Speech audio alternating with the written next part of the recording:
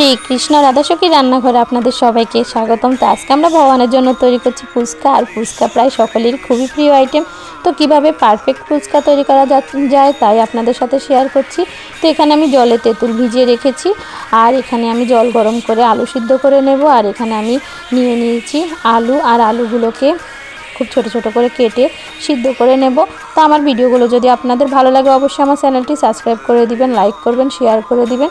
তো আলুগুলো সিদ্ধ হতে হতে আমি এখানে অন্যান্য উপকরণগুলো তৈরি করব।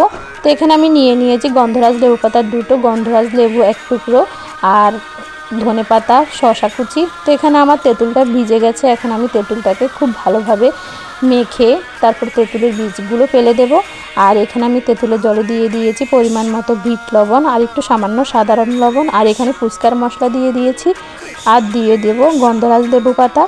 আর এখানে আমি সেই গন্ধরাজ লেবুটুকুও খুব ভালোভাবে